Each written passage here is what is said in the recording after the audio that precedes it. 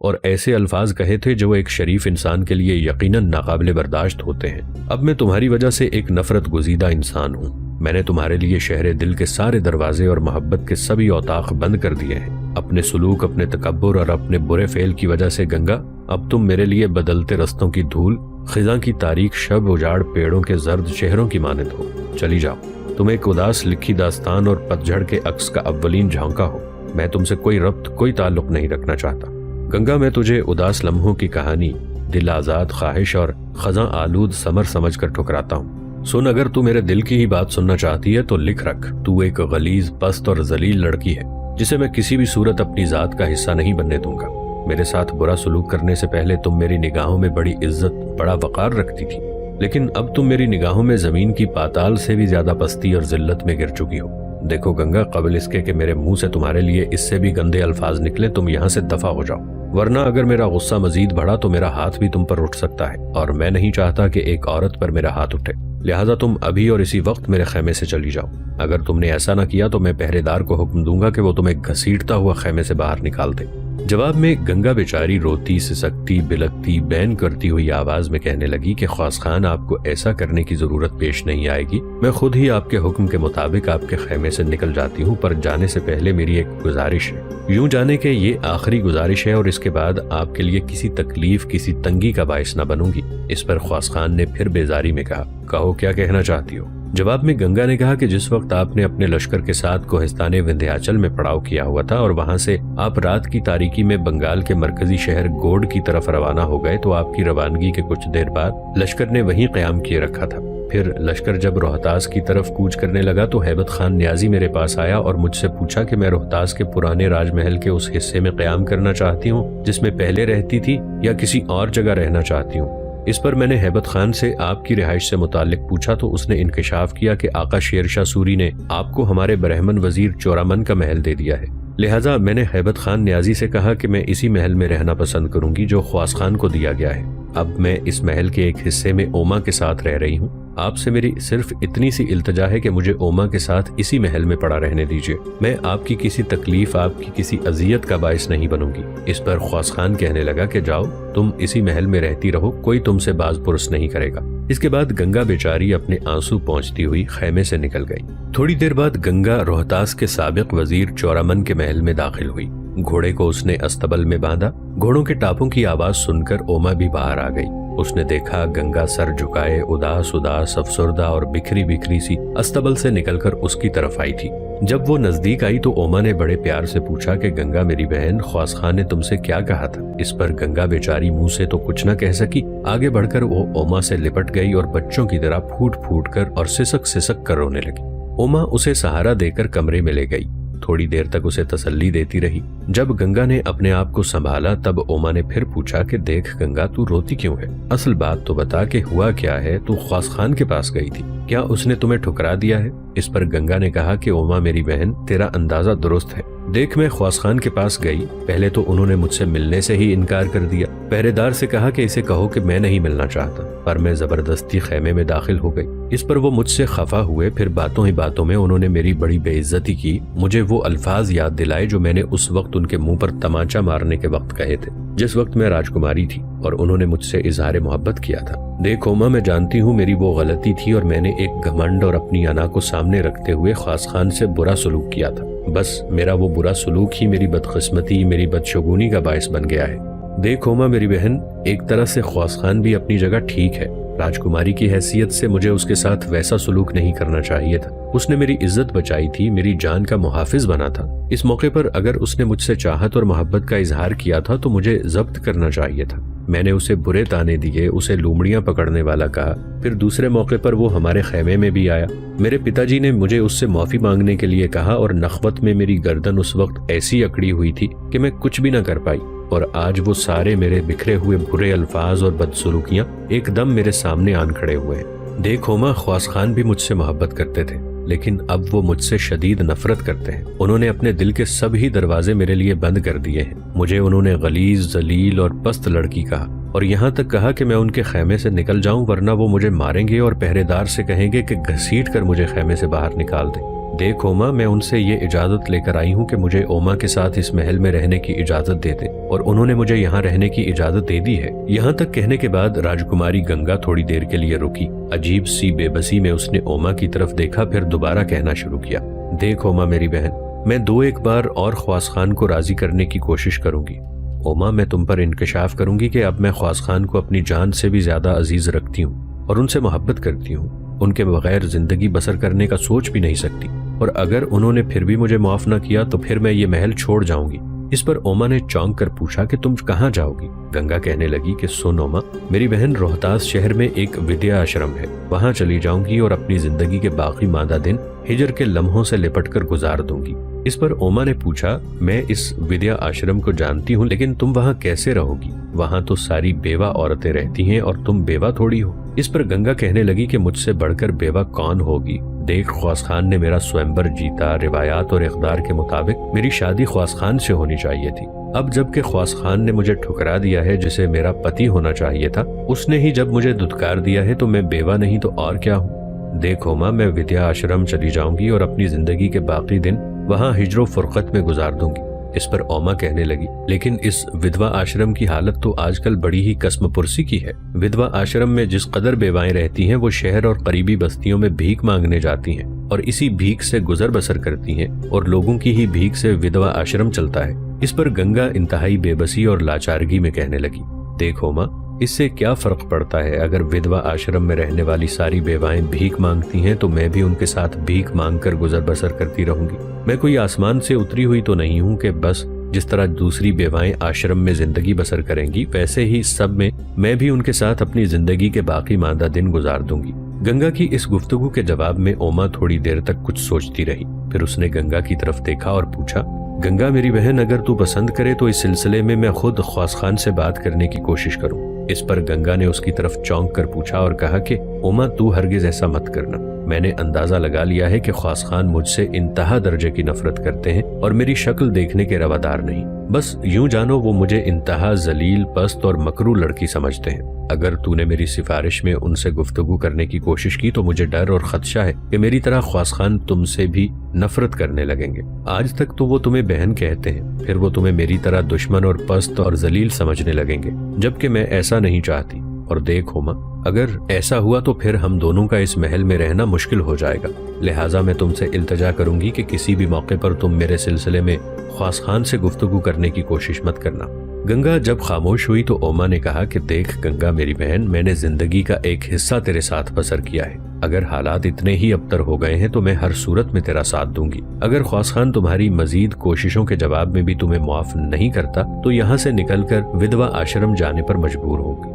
سن، میں بھی تیرے ساتھ ودوا آشرم میں رہوں گی اور وہاں بھی تیری خدمت کرتی رہوں گی۔ اوما کی اس گفتگو پر گنگا بیچاری پس کر رہ گئی۔ ایک بار پھر وہ اوما سے لپٹ گئی اور رونے لگی۔ اوما کے بھی آنسو نکل گئے۔ دونوں تھوڑی دیر تک ایک دوسرے سے لپٹ کر روتی رہیں، پھر سنبھلی۔ اس کے بعد دونوں بیچاری کھانے کا انتظام کرنے میں لگ گئیں۔ ایک روز شام کے قریب جس وقت گنگا خواص خان کی اس حویلی کے مطبخ میں کھانا تیار کرنے میں مصروف تھی، ایک سمت سے اوما بھاگتی ہوئی آئی۔ اس کے چہرے پر مسکراہٹ تھی اور وہ بڑی خوش اور شادماں نظر آ رہی تھی۔ اس کی طرف دیکھتے ہوئے گنگا نے بڑے تجسس میں پوچھا، اوما میری بہن، کیا کوئی غیر معمولی بات ہوئی ہے جو تو اس قدر خوش شاداں اور پرمسرت ہے؟ اس پر اوما کہنے لگی، ہاں گنگا میری بہن، غیر معمولی بات ہی ہوئی ہے۔ اس پر تیز نگاہوں سے دیکھتے ہوئے گنگا نے پوچھا، پھر مجھے بھی بتاؤ۔ اوما کہنے لگی، خوشی کی بات یہ ہے کہ خواص خان شہر کے باہر خیموں کے پڑاؤ سے اٹھ کر اس حویلی میں منتقل ہو چکا ہے اور حویلی کے دائیں جانب جو کمرے ہیں ان میں سے ایک میں اس نے قیام کیا ہے۔ میں خود اسے ایک کمرے میں داخل ہوتے ہوئے دیکھ چکی ہوں۔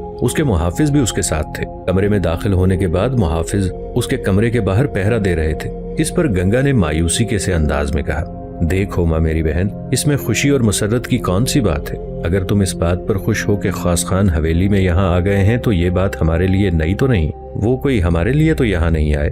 آخر شیرشاہ یہ حویلی ان کے حوالے کر چکا ہے، اس لیے اس میں ان کا آنا حق بنتا ہے۔ اس پر اوما نے کہا، دیکھ گنگا، میں تجھے ایک مخلصانہ مشورہ دیتی ہوں۔ کھانا تیار کرنے کے بعد تو خواص خان کے لیے کھانا ڈال اور خود ان کے لیے کھانا لے کر جا۔ کھانا انہیں پیش کر۔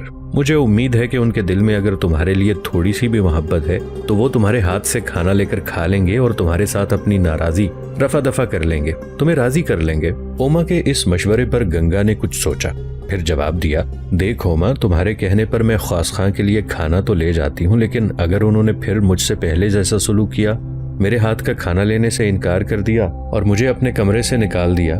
اس پر اس نے فیصلہ کن انداز میں کہا، سن گنگا، اگر اس بار بھی خواص خاں نے پہلا سا رویہ رکھا اور تمہارے ساتھ مصالحت کی کوشش نہ کی اور تمہارے ہاتھ کا کھانا بھی نہ کھایا تو پھر سن، آنے والی صبح سے پہلے اندھیرے منہ ہم یہاں سے نکل کر روہتاس کے ودوا آشرم میں چلے جائیں گے اور کسی کو کانوں کان خبر تک نہیں ہوگی کہ ہم دونوں کہاں گئی ہیں۔ اوما کا یہ جواب سن کر گنگا بیچاری پیلی ہو گئی، پھر کہنے لگی، اوما میری بہن، تمہاری تجویز تو ٹھیک ہے، پر خواص خان سے یہ دوری میرے لیے ناقابل برداشت اور انتہائی جان لیوا ہو کر رہ جائے گی۔ اس پر اوما نے بدکنے کے انداز میں گنگا کی طرف دیکھا اور پوچھا، کیوں ناقابل برداشت ہو جائے گی؟ جب خواص خان تم سے محبت نہیں کرتا، تمہیں پسند نہیں کرتا، اپنے دل میں چاہت، اپنے پریم اور اپنی محبت میں تمہیں حصے دار نہیں بنانا چاہتا، تو اس سے دوری پھر تمہیں کیوں ایک طرح کی پریشانی میں مبتلا کرے گی؟ دیکھ گنگا، تم وہی ہو جو کبھی اپنے دل کی گہرائیوں سے خواص خان سے شدید نفرت کرتی تھی۔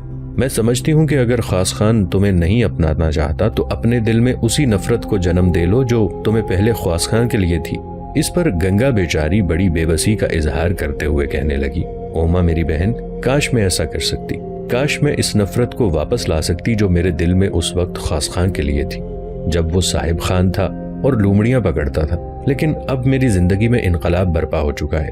سن اوما میری بہن، اس میں کوئی شک نہیں کہ میں صاحب خان سے انتہا درجے کی نفرت کرتی تھی۔ تم جانتی ہو اس نفرت کا میں نے اظہار بھی کیا اور خواص خان کے منہ پر اس وقت تماچا مارا جب وہ صاحب خان تھا، حالانکہ مجھ پر اس کا احسان بھی تھا، اس نے میری جان، میری آبرو کی حفاظت بھی کی تھی۔ اس کے باوجود اس سے مجھے ایسی شدید نفرت تھی کہ میں اس کے احسان تک کو فراموش کرتے ہوئے اس کے خلاف اٹھ کھڑی ہوئی، لیکن اس کے بعد میری زندگی میں انقلاب برپا ہوا۔ دیکھو ماں، جس وقت میرا سوئمبر رچایا گیا اور نقاب پوش کی حیثیت سے خواص خان نے میرے سوئمبر کے تینوں حصے بڑے احسن طریقے سے جیتے، اس وقت بھی میں خواص خان سے نفرت ہی کرتی تھی۔ میرے دل میں اس کے لیے کوئی محبت، چاہت یا پریم نہیں تھا۔ جس وقت اس نقاب پوش نے میرے سوئمبر کے تینوں مراحل جیتے تو میں اس کی جیت، اس کی جرت مندی، اس کی تیر اندازی اور تیغ زنی میں مہارت دیکھتے ہوئے آپ سے آپ اس کی طرف کھینچتی چلی گئی۔ میں نہیں جانتی تھی کہ اس نقاب پوش کے بھیس میں خواص خان ہے۔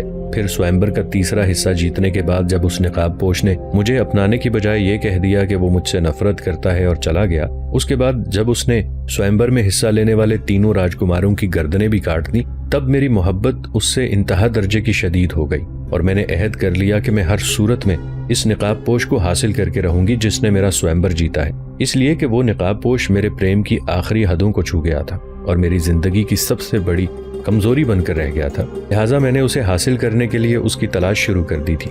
دیکھو ماں، یہاں تک آنے کے بعد جب فدائی خان نے یہ خبر دی کہ نقاب پوش خواص خان ہی ہے، تو دیکھ میری بہن، خواص خان کے لیے میرے دل میں جو نفرت تھی وہ ختم ہو گئی، اور جس قدر محبت اور پریم سوئمبر جیتنے والے نقاب پوش کے لیے تھا، وہ سارا پریم، وہ ساری چاہت، وہ ساری محبت خواص خان کی ذات کی طرف منتقل ہو گئی۔ اب وہی خواص خان جو کبھی میرے لیے انتہائی قابل نفرت تھا، میرے لیے انتہا درجے کا نادر اور نایاب ہے۔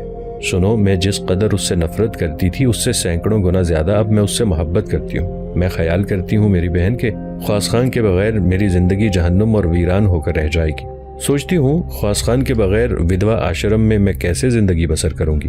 میں چاہتی تھی اسی حویلی میں رہوں گی، گاہے گاہے چوری چھپے خواص خان کو دیکھتی رہوں گی اور اپنے دل کے اندر پریم کی اٹھنے والی آگ کو ٹھنڈا کرتی رہوں گی۔ پر جب محل سے نکل کر مجھے ودوا آشرم جانا پڑا تو اوما میری بہن، میری زندگی کے خارزار مزید گہرے ہو جائیں گے۔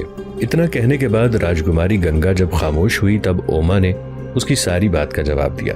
دیکھ گنگا میری بہن، میں تمہیں محبت اور چاہت کے انقلاب کو سمجھتی ہوں۔ تو واقعی خواص خان کے بغیر نہیں رہ سکتی، اس سے دوری بھی برداشت نہیں کر سکتی، اسے اپنی طرف مائل کرنے کا ایک طریقہ اور بھی ہے۔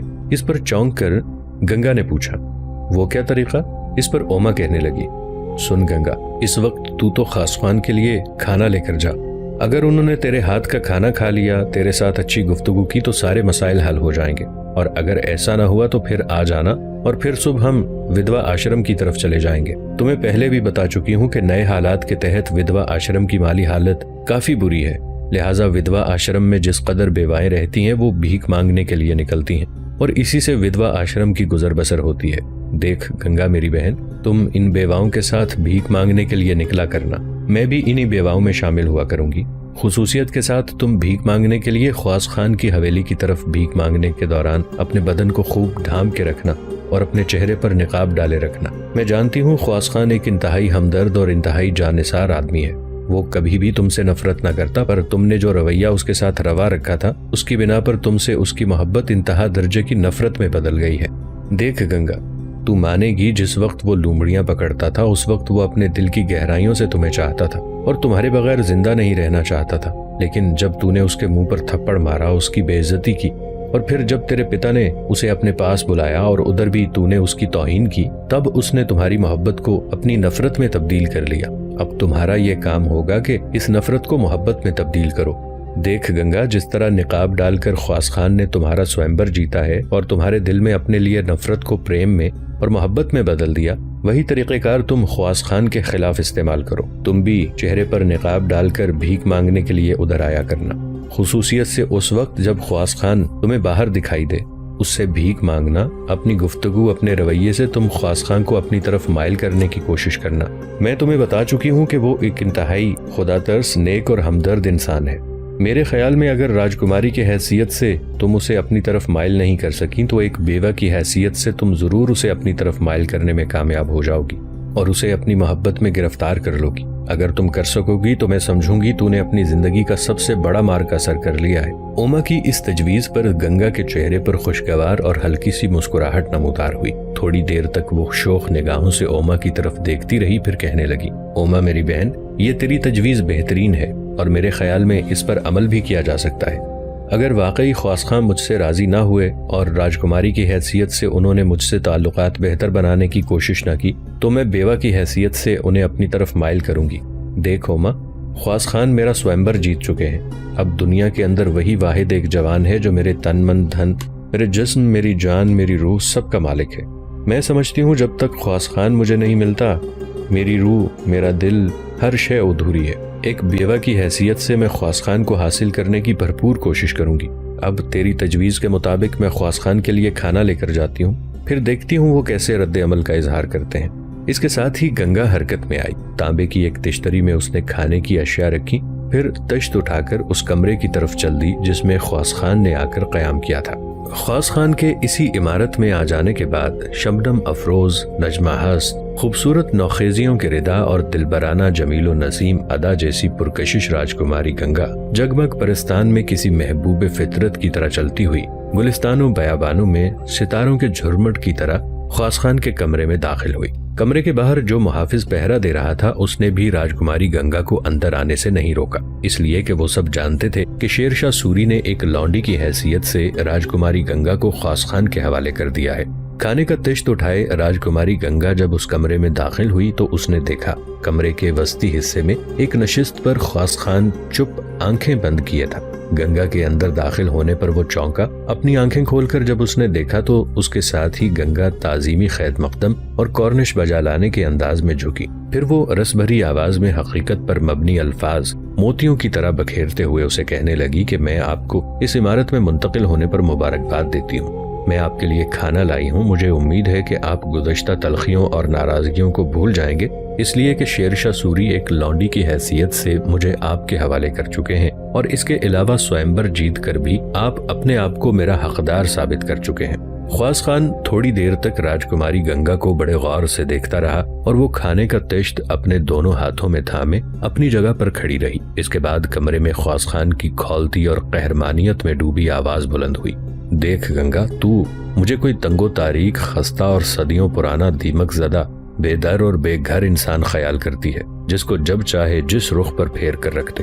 کیا تو مجھے جہنم کا اندھا کوئی خشک لمحہ خیال کرتی ہے جس کے دکھ کی تختی پر جو تحریر چاہے لکھ مارو؟ سنو، میرا تم سے کوئی واسطہ، کوئی تعلق نہیں۔ ابھی اور اسی وقت میرے کمرے سے نکل جاؤ، اور آئندہ اگر تم نے میرے لیے کھانا لانے کی کوشش کی یا میرے کمرے میں داخل ہونے کی کوشش کی تو یاد رکھنا میں تمہاری سخت بے عزتی کروں گا۔ تمہاری بھلائی، تمہاری بہتری اسی میں ہے کہ اوما کے ساتھ اس عمارت میں جب تک رہنا چاہو چپ چاپ خاموشی سے رہو، اور جب تم اس عمارت سے جانا چاہو تو کوئی تمہاری راہ نہیں روکے گا۔ بس اس سے زیادہ میں تمہیں کچھ نہیں کہنا چاہتا۔ خواص خان کے ان الفاظ پر لگتا تھا راجکماری گنگا بیچاری کے پاؤں زمین سے چپک گئے ہیں، وہ ہل تک نہ سکی۔ اس کی یہ حالت دیکھتے ہوئے خواص خان پھر بول پڑا اور کہنے لگا، سن گنگا، تو میرے لیے اب تاریک شہر، گرد آلود شب، سوگی دن اور میلے دن کے افق کی مانند ہے۔ کبھی تجھ سے مجھے سمندر جیسی چاہت تھی، پر اب تو میرے لیے خواہشوں کے عذاب سے بھی بدتر ہے۔ جا چلی جا اور آئندہ کے بعد کبھی بھی میرا سامنا کرنے کی کوشش مت کرنا۔